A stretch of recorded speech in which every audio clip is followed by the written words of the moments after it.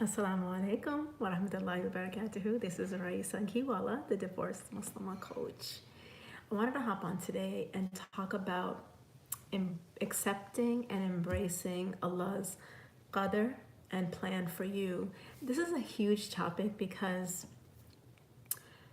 a lot of people struggle with this. I know that I struggled with this initially when I was going through my divorce. And I want to share with you a couple of insights that I had along the way where it hit me when I really reached out to and connected in a deep, humble, desperate way to Allah to guide me. And this was a time, one of the insights was a time when I was losing my relationship with my kids, my older kids, and it was bringing up a lot of insecurity and pain for me. So, in that space of me reaching out and tahajjud and just looking for guidance from Allah, one of the insights that came to me was bloom where you are being planted. And it hit me because it taught me, or it showed me, stop chasing something that you think you need to have, which was staying in connection and having a constant relationship with my boys, my older boys. And that really helped me to pause, to step back, and to really look at what Allah subhanahu wa ta'ala is trying to show me. He's trying to show me, like, focus on what is happening in your life right now. Where are you positioned? Where have you been planted? You've been planted with focusing on yourself, your work, your daughter, your younger daughter, and serving your mother. And I could see that. And what I was doing is I was ignoring where I was being positioned or planted, and I was going after and chasing what I thought I needed to have. Of course, they were my children. So, how was I just going to give up that relationship, and how was I going to let go? And it taught me all about letting go of outcomes, letting go of control, letting go of what I thought I needed to have, and what I thought or what I expected I was entitled to as a mother. So when that insight came to me and it hit my heart, it's like, subhanallah, I know what I need to do. So it was detaching to my expectations, detaching from my expectations and detaching from any outcomes, and really just going forward in those three areas of where I was being planted really helped me to stay the course.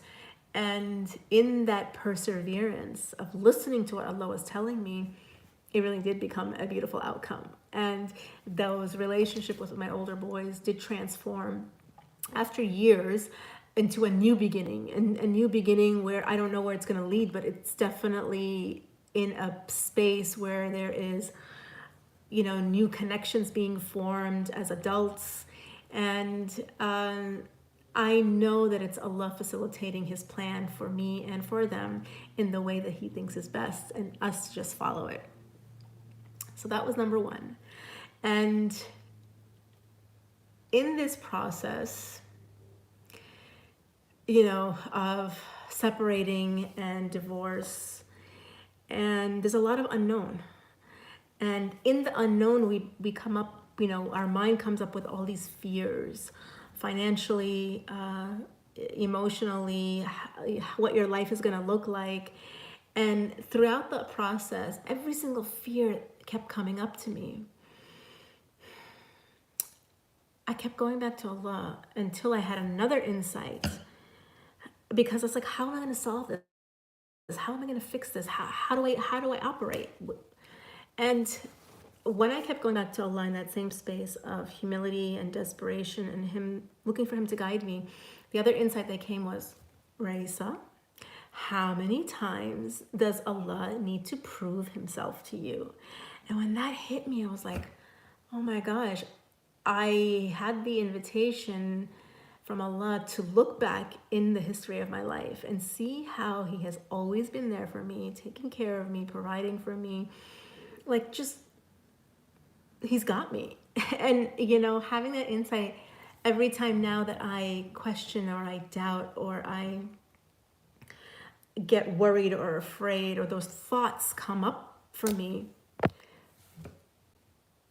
right away I go back to that insight, because my heart has seen, right?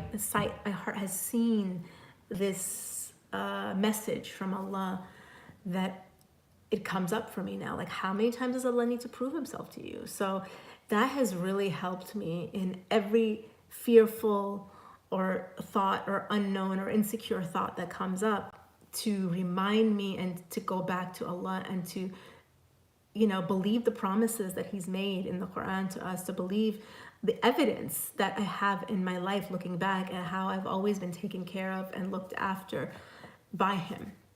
And I wanted to just share these two insights that I've had that have had huge impact on my life.